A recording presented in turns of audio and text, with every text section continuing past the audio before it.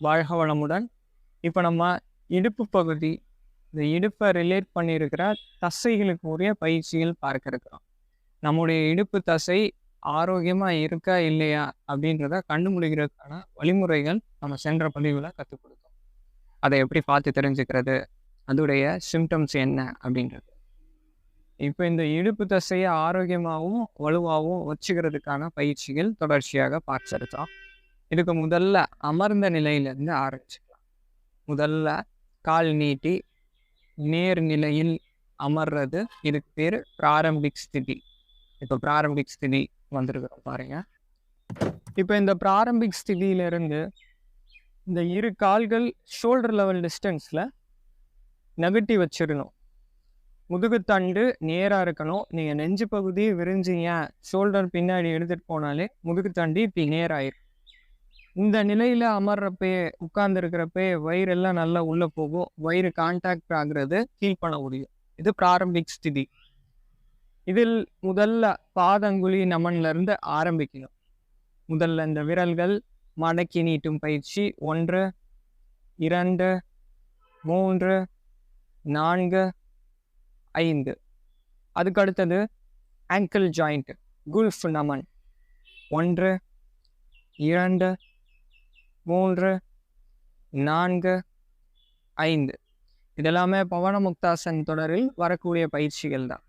அதுக்கடுத்தது குல்ஃப் சக்ரா, அப்படியே சுற்று. 1 2 3 4 5. அப்படியே மறுபக்கம் 1 2 3 4 5. இது ஏதோ ரத்த ஓட்டத்துக்கோ இல்லை அப்படின்னா சும்மா ஒரு வார்மப்புக்கான பயிற்சி கிடையாது. இது கரெக்டாக அலைன் பண்ணி பண்ணணும். ஒரு கால் நேராக ஒரு கால் கோணலாக வச்சு செய்கிறப்ப அதோடைய பலன் இருக்காது. கரெக்டாக ப்ராப்பராக பண்ணணும். இது உடம்புல அந்தந்த தசைகள் 2 சைடுமே சிமெட்ரியாக வேலை செய்யணும். ஒரு பக்கம் அதிக அழுத்தம் கொடுத்து மறுபக்கம் அழுத்தம் கொடுக்காம, ஒரு பக்கம் அதிகமாக செஞ்சு மறுபக்கம் செய்யாமல் அப்படி இருக்கக்கூடாது. இப்போ அடுத்தது மூட்டு. இப்போ இது ஜானு ஃபலக் ஆக்கர்ஷன். இந்த தொடை பகுதியை நல்லா டைட் பண்ணணும், அப்படியே ரிலாக்ஸ் பண்ணணும். ஆரம்பிக்கலாம். 1 2 3 4 5. அதுக்கு அடுத்தது இந்த மூட்டுக்குரிய ஒரு மூமெண்ட்டு. இப்போ பாருங்க. 1 2 3 4 5 6 7 8 9 10 11 12 13 14 15 16 17 18 19 20. சரி, இப்போ அதுக்கு அடுத்தது இடுப்பு உரிய பயிற்சிக்கு வர்றது. முதல்ல ஸ்ரோனி சக்ரா. இப்போ பாருங்க, முதல்ல இடதுகால் செய்ய இருக்கிறோம். இப்போ இந்த இடதுகால் மூட்டினை மடக்கி எந்த அளவு கிட்ட கொண்டு வர முடியுமோ அந்த அளவிற்கு கிட்ட கொண்டு வந்துடணும். இது ஒவ்வொருத்தர் ஒவ்வொரு மாதிரி ஆரம்பத்தில் செய்ய முடியும். ஒருவேளை வயிறு பெரிதாக இருந்தது அப்படின்னா இந்த அளவுக்கு பக்கத்தில் கொண்டு வர முடியாது. அப்போ கொஞ்சம் தூரத்திலேயே வச்சு செஞ்சுக்கலாம். ஆக மொத்தத்தில் செய்யணும். கரெக்டாக நம்ம பண்ணுற மாதிரியே பண்ணணும் அப்படின்றது கிடையாது. நான் பல வருஷமாக பயிற்சி பண்ணிட்டு இருக்கிறனால, சின்ன வயசுலேருந்து பண்ணிட்டு இருக்கிறனால பெர்ஃபெக்ஷன் எப்படியோ அதை நான் காட்டிடுவேன். அப்போ இது மாதிரி வர்றதுக்கு நீங்கள் செய்யணும். செஞ்சுட்டே இருக்கிறப்ப இதை விட இன்னும் தாண்டி செய்வீங்க. அது ரொம்ப நல்லது. இப்போ பாருங்க, மடக்கியாச்சு. மடக்கிட்டு நம்ம கைகளால் சப்போர்ட் கொடுத்துக்கிறோம். வலது கையால் இடது கால்கள், மறு கை மூட்டில் சப்போர்ட் பண்ணியிருக்கு. இப்போ முதல்ல வெளிச்சுத்து. இப்போ நம்ம மூட்டு நல்ல நம்ம நெஞ்சு பகுதி கிட்ட கொண்டு வந்து அப்படியே வெளிப்பூக்கமாக கொண்டு வரோம். எந்த அளவுக்கு பெரிய வட்டம் போட முடியுமோ அந்த அளவுக்கு பெரிய வட்டம். மீண்டும் மூட்டு நெஞ்சு கிட்ட வந்தது. இது ஒரு சுற்று. இப்போ பாருங்க, 2 3. இடுப்பு ஜாயிண்ட்டை அப்படியே ஃபீல் பண்ணி பண்ணணும். 4 5. இப்போ அப்படியே மறுபக்கம் உள் சுத்து. 1 2 அப்படியே உள்ளார 3 4 5. மீண்டும் கால் நீட்டி அப்படியே வச்சுக்கலாம். இப்போ 5 சுற்று செஞ்சுருக்கிறோம். இப்போ இந்த விரல்ல இருந்து இடுப்பு வரை வந்தது எல்லாமே 5 சுத்து செஞ்சா போதும். இப்ப இடுப்புக்குரிய பயிற்சி செய்யறப்ப, இப்ப செஞ்ச இந்த சுரோனி சக்ரா இதுக்கு அடுத்து செய்யற பயிற்சிகள் எல்லாமே மினிமம் 10 சுற்றுகள் செய்யணும். 10 விட அதிகமா செய்யணும். அடுத்தது மறுகால். அதே போல மடக்கி வச்சுக்கிறோம். கை மூட்டில் வச்சுக்கிறோம். இப்ப வெளி சுத்து. 1 மறுகால் அசைவில்லாம இருக்கணும். 2 3 4 செய்ய செய்யவே இந்த ப்ராசஸை என்ஜாய் பண்ண முடியும். 5 இப்போ அப்படியே மறுபக்கம் சுத்து. 1 2 3 பெரிய வட்டம் போடுறோம். 4 5 இப்போ கால்கள் நீட்டிய நிலை. மீண்டும் பிராரம்பிக் ஸ்திதிக்கு வந்தாச்சு. இப்போ அடுத்தது அர்த்த தித்திலி பயிற்சி. இந்த பயிற்சி செய்யறப்பயே ஒரு சிலருக்கு ஒரு பக்கம் செய்யறப்ப ஈஸியா இருக்கும். நல்ல பெரிய வட்டமா போட முடியும். மறுபக்கம் செய்யறப்ப அந்த அளவுக்கு செய்ய முடியாது. அப்ப மறுபக்கம் அவங்களுக்கு ஸ்ட்ரெஸ் இருக்கு, டென்ஷன் இருக்கு, மசில் ஸ்டிஃபா இருக்குன்னு அர்த்தம். எந்த பக்கம் செய்ய முடியலையோ அந்த பக்கத்துல அதிகமா பயிற்சி செய்யணும். நீங்க இந்த பயிற்சி செய்யறப்ப இந்த சத்தம் கேட்கும், கிரிப்பிட்டஸ் சவுண்டு, அதுக்கு பேரு நெட்டி உடையிற மாதிரி சத்தம் கேட்கும்.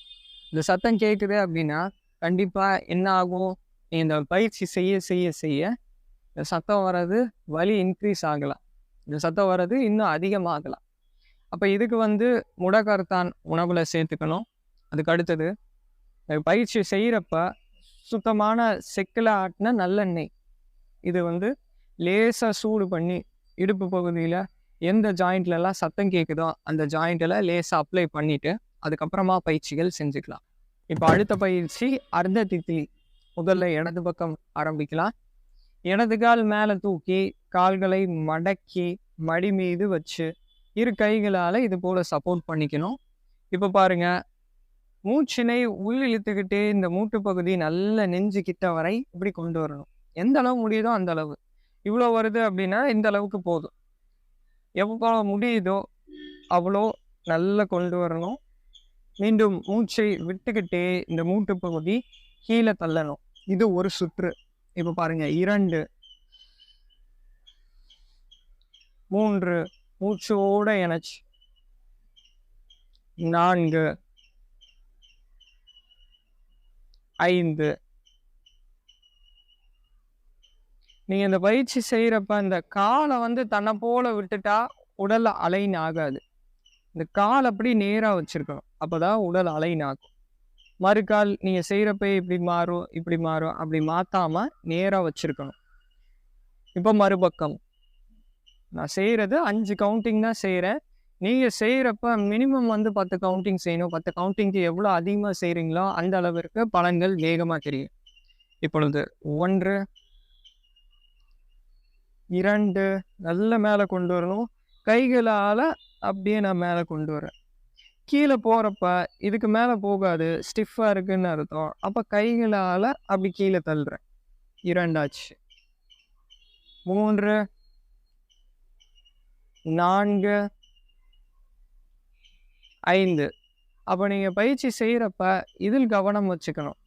எப்போ இந்த மூட்டு பகுதியானது நல்ல நெஞ்சு கிட்ட வருதோ, நெஞ்சு பக்கத்தில் வருதோ, அதுக்கப்புறமா இந்த மூட்டு பகுதியானது தரை வரைக்கும் கம்ஃபர்டபுளாக ரொம்ப ரொம்ப ஃப்ரீயாக போகுதோ, அப்போ சரியாக வருது, பெர்ஃபெக்ஷன் வந்துருச்சுன்னு அர்த்தம். அப்போ அதுக்கு எய்ம் பண்ணி ப்ராக்டிஸ் பண்ணணும். இப்போ அடுத்தது இரு கால்கள் வைத்து செய்யக்கூடிய பயிற்சி பூரண தித்திலி. இப்போ இந்த பூரண தித்திலிக்கு 2 கால், அதுடைய குதிங்கால்கள் நல்ல உடல் கிட்ட கொண்டு வந்துடணும். எந்த அளவுக்கு பக்கத்தில் கொண்டு வர முடியுமோ அந்த அளவிற்கு பக்கத்தில் கொண்டு வந்துடணும். உடல் எல்லாமே தளர்வாக விட்டுருங்க, ஃப்ரீயாக விட்டுருங்க. இப்பொழுது 1 மூச்சினை உள் இழுத்துக்கிட்டே கால் நல்ல மேலே கொண்டு வரணும். மூச்சை விட்டுக்கிட்டே கால்கள் கீழே. இப்போ நான் நேர்நிலையிலிருந்து காட்டுறேன். இப்போ பாருங்க, 1 2 திரும்ப அப்படியே மேலே, 3 4 5, 6, 7, 8, 9, 10, 11, 12, 13, 14, 15 இப்படி தொடர்ச்சியாக அந்த பயிற்சியை செஞ்சுக்கோங்க. இந்த பயிற்சியில் ஆரம்பிக்கிறப்ப புதுசாக நம்ம பழகிறப்ப சும்மா இருக்கிற நேரம் எல்லாமே இந்த பூரண தித்திலி ஆசனத்தை செஞ்சிட்ருக்கலாம். ஒன்றும் தப்பு கிடையாது. சாப்பிட்ட உடனே செய்யக்கூடாது. வயிறு கொஞ்சம் ஜாலியாக இருக்கணும், அந்த சமயத்தில் செய்யணும். மற்றபடி இந்த பூரண தித்திலி ஆசனம் இது நம்ம யோகாசனம் செய்கிறப்ப வயிறு நல்ல காலியாக இருக்கணும், எம்டியாக இருக்கணும்னு சொல்லுவோம் இல்லையா, அந்த அளவிற்கு இந்த தித்திலி ஆசனம் பொறுத்தளவுக்கு பார்க்க வேண்டியது கிடையாது. சாப்பிட்டு ஒரு 2.5 மணி நேரம் 3 மணி நேரம் கழிச்சே செய்யலாம். வயிறு ஹெவியாக இருக்கிறப்பயே செய்யக்கூடாது, அதுதான் விஷயம். இப்போ இந்த பூரண தித்திலி எல்லாமே நீங்கள் சும்மா வேலைகள் செய்கிறப்ப, டிவி பார்க்குறப்ப, இல்லை ஏதோ ஒரு கான்வர்சேஷன் நடக்கிறப்பெல்லாம் இந்த பூரண தித்திலியை செஞ்சுக்கிட்டே இருக்கலாம். செய்ய செய்ய செய்ய இந்த இடுப்பு தசைகள் உறுதியாகவும் பலமாகும். அதே நேரத்தில் அந்த ஸ்டிஃப்னஸ் எல்லாமே சீக்கிரமாக ரிலீவ் ஆகும். இது பூரண தித்திலி நம்ம சொல்லியாச்சு. இப்போ அடுத்தது படுத்த நிலையில் செய்யக்கூடிய பயிற்சிகள். இப்போ படுத்த நிலையில் நேர் நிலையில் இருக்கிறோம். இப்போ முதல் பயிற்சி அர்த்த பவன முக்தாசனம். இடது கால் மூச்சை உள்ளிழுத்துக்கிட்டே 45 டிகிரி வரை மேலே தூக்கி இந்த மூட்டினை மடக்கி எந்த அளவிற்கு நெஞ்சுக்கிட்ட கொண்டு வர முடியுமோ அந்த அளவுக்கு நெஞ்சுக்கிட்ட கொண்டு வரணும். திரும்ப கைகளால் இணைச்சு மூட்டு பகுதியில் வச்சு இந்த மூட்டு பகுதியை நல்லா நெஞ்சுக்கிட்ட வர வைங்க. இப்படி வர வைக்க வைக்க இந்த மூட்டு மேலே தூக்கக்கூடாது. இந்த மூட்டு தரையிலேயே இருக்கணும். உடலெல்லாம் தளர்வாக இருக்கணும். இப்போ இதை நன்கு நம்ம கால் பக்கத்தில் கொண்டு வரணும். மூட்டு பகுதி நல்ல நெஞ்சுக்கிட்ட கொண்டு வரணும். ஆசனவாய் பகுதி தளர்வாக விட்டுருங்க, ஃப்ரீயாக ரிலாக்ஸாக விட்டுருங்க. இப்போ இந்த நிலையிலிருந்து மூச்சினை உள்ளிழுத்துக்கிட்டே தலைப்பகுதியை மேலே தூக்கி தாடை பகுதி இந்த மூட்டில் டச் பண்ணி வச்சுக்கலாம். இதுதான் அர்த்த பவன் முக்தாசன நிலை. தலைப்பகுதி கீழே வச்சும் பயிற்சி செய்யலாம், அதுக்கும் பலன்கள் உண்டு. இந்த இடுப்பு தசைகள் பயிற்சியை பொறுத்த அளவுக்கு இதில் ஒரு நிமிடம் மெயின்டைன் பண்ணிட்டு கைகள் விடுவிச்சு கால் நல்ல 45 டிகிரி வரை கொண்டு வந்து ஸ்லோவாக கீழே வச்சிடலாம். இப்போ ஒரு பக்கம் செஞ்சது மாதிரி மறுபக்கம்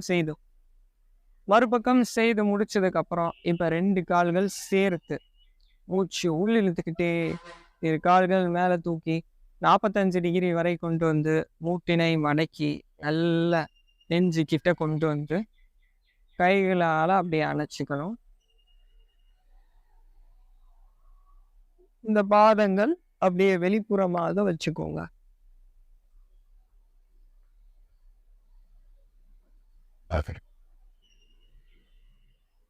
இந்த தலை மேலே தூக்குனா மெயின்டைன் பண்ணுறதுக்கு சிரமம் இருக்கு அப்படின்னா தலை கீழே வச்சுக்கலாம். தலையை நீங்கள் மேலே தூக்குறப்ப வயிற்று பகுதியும் கூடுதலாக பலம் அடையும். ஆனால் கழுத்தில் செர்விக்கல் ஸ்பாண்டிலோசிஸ் இருக்கிறவங்க அப்போ இதை அதிகமாக மெயின்டைன் பண்ணக்கூடாது. அவங்க எல்லாம் தலையை மேலே தூக்காமலே தாராளமாக இந்த பயிற்சியை செஞ்சுக்கலாம். அப்படியே மெயின்டைன் பண்ணணும். மெயின்டைன் பண்ண இந்த கைகளால் மூட்டில் லேசாக கம்ஃபர்டபுளாக அழுத்தம் கொடுத்து எந்த அளவு நெஞ்சு கிட்ட கொண்டு வர வைக்க முடியுமோ அந்த அளவிற்கு கொண்டு வந்துக்கிட்டே இருக்கு. இந்த இடுப்பில் இருக்கக்கூடிய ஸ்டிஃப்னஸ் எல்லாம் ரிலீவ் ஆகுறத ஃபீல் பண்ணுங்க. அப்படி இரு கைகள் ரிலீஸ் பண்ணி கால் மறுபடியும் 45 டிகிரி வரை கொண்டு வந்து ஸ்லோவாக கீழே வச்சிடணும். இது படுத்த நிலையில் 2வது பயிற்சி. அடுத்தது 3வது பயிற்சி. 3வது பயிற்சின்றது அதே போல் ஒரு கால் செஞ்சுட்டு 2 கால் செய்வோம். அர்த்த பவன் முக்தாசன் மாதிரியே.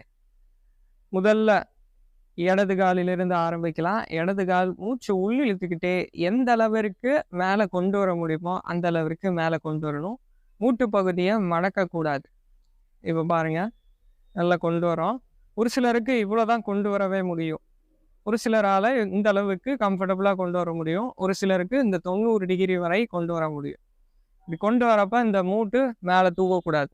அது மாதிரி நம்ம கொண்டு வரணும். இப்போ மேக்ஸிமம் வந்து எனக்கு வந்து இது அளவுக்கு வருது அப்படின்னா, இங்கிருந்து அப்படியே 1, 2, 3, 4, 5 இது அர்த்த புத்தான் பாதாசன பயிற்சி. இப்படியே மெதுவா கால்கள் கீழே வச்சிடணும். எல்லா பயிற்சியும் மூச்சோட இணைச்சு செய்யணும். அப்போ 100% பலன்கள் இருக்கும். ஆரம்ப கட்டத்தில் மூச்சோட இணைச்சி செய்கிறது வேண்டாம். போஸ்டர் சரியாக இருக்கணும், பயிற்சி சரியாக செய்யணும். இதில் பெர்ஃபெக்ட் ஆனதுக்கப்புறம் யோகத்துக்கு அப்படின்னு வரப்போ, யோகா எதுக்காக பண்ணுறோன்னா உடல் மனம் உயிர் சக்தி ஒருங்கிணைக்காக பண்ணுறோம். அப்போ அதுக்கு செய்கிறப்ப மூச்சோட இணைச்சி தான் செய்யணும். இப்போ அடுத்தது மறுக்கால் பாருங்க. மறுக்காலும் அதே போல தான். மூச்சு உள்ளிழுத்துக்கிட்டே எவ்வளோ முடியுமோ அந்த அளவிற்கு மேலே கொண்டு வந்துட்டு இங்கிருந்து 1, 2, 3, 4, 5 அப்படியே ஒரு 10 சுற்று வரை செய்துக்கணும். இப்போ 2 கால்கள் சேர்த்து 1, 2, 3, 4, 5 மெதுவாக கீழே வச்சிடலாம். இப்போ இதிலெல்லாம் ஒரு சிலரால் இவ்வளோதான் கொண்டு வர முடியுது, இதுக்கு மேலே முடியல அப்படின்னா இங்கேருந்தே நிப்பாட்டி வச்சு இது ஆரம்ப நிலையாக வச்சு இங்கேருந்து 1, 2, 3 அப்படி பயிற்சி செய்யலாம். சூப்பர். சரி, இதுக்கு அடுத்தது 3வது பயிற்சி. இது மர்க்கட்டாசன் தொடரில் வரக்கூடிய பயிற்சி, முக்கியமான பயிற்சி.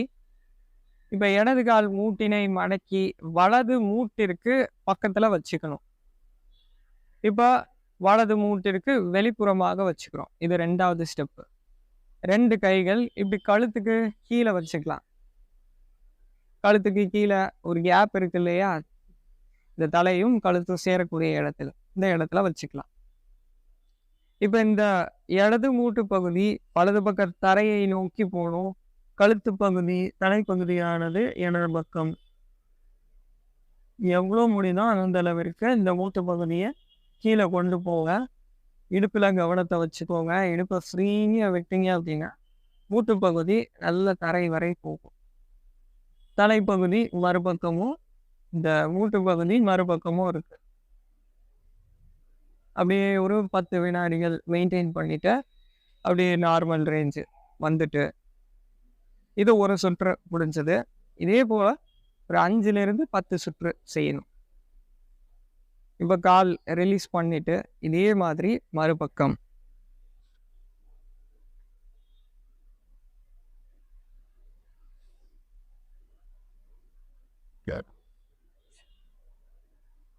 இப்போ அடுத்த பயிற்சி, இந்த இடது கால் ஒரு 45 டிகிரி வரை மேலே கொண்டு போயிட்டு இந்த கால்கள் மடக்கிடணும். மறுகால் நல்ல மேலே கொண்டு வரணும். கொண்டு வந்து எந்த அளவிற்கு முடியுமோ அந்த அளவிற்கு இந்த மூட்டு பகுதி கிட்ட கொண்டு வரணும். நெஞ்சு பகுதிக்கு கிட்ட மெயின்டைன் பண்ணிட்டு திரும்ப அப்படியே ரிலாக்ஸ் பண்ணிக்கலாம். மறுபடியும் இப்பொழுது மறுகால் எவ்வளோ முடியுமோ அந்த அளவிற்கு பக்கத்தில் கொண்டு வரணும். திரும்ப அப்படியே ரிலாக்ஸ். மீண்டும் மறுகால் ஓய்வு, மறுகால் ஓய்வு. இது ஒரு 10 சுற்றுகள். இப்போ அடுத்தது படுத்த நிலையில் ப்ரோன் பொசிஷன். இப்போ இந்த குத்தர படுத்த நிலையில் முதல்ல செய்யக்கூடிய ஆசனம் சலபாசனம். மூச்சனை உள்ளிழுத்துக்கிட்டே இடது கால் நல்ல மேலே தூக்கணும். எந்த அளவு முடியுமோ அந்த அளவிற்கு காலை தூக்கணும். மெயின்டைன் 1, 2, 3, 4, 5 ஸ்லோவாக கீழே வச்சிடலாம். இப்போ அடுத்தது வலது கால் 1, 2, 3, 4, 5 ஸ்லோவாக கீழே வச்சிடலாம். இப்போ இதில் முக்கியமான விஷயம், நம்ம கால் வந்து அனாட்டமிக்கல் பொசிஷனில் இருக்கணும். ஸ்ட்ரெயிட்டாக சிமெட்ரியாக இருக்கணும். இப்போ பாருங்கள், மேலே தூக்குறோம். இந்த பெருவிரல் வலதோ இடதோ இது மாதிரி இல்லாமல் கரெக்டாக ஸ்ட்ரைட்டாக இருக்கணும். ஸ்ட்ரைட்டாக அப்படியே கீழே வந்துடும். இப்போ அந்த பயிற்சிகள் முடிச்சுட்டு மகராசன நிலையில ஓய்வு எடுத்துக்கலாம்.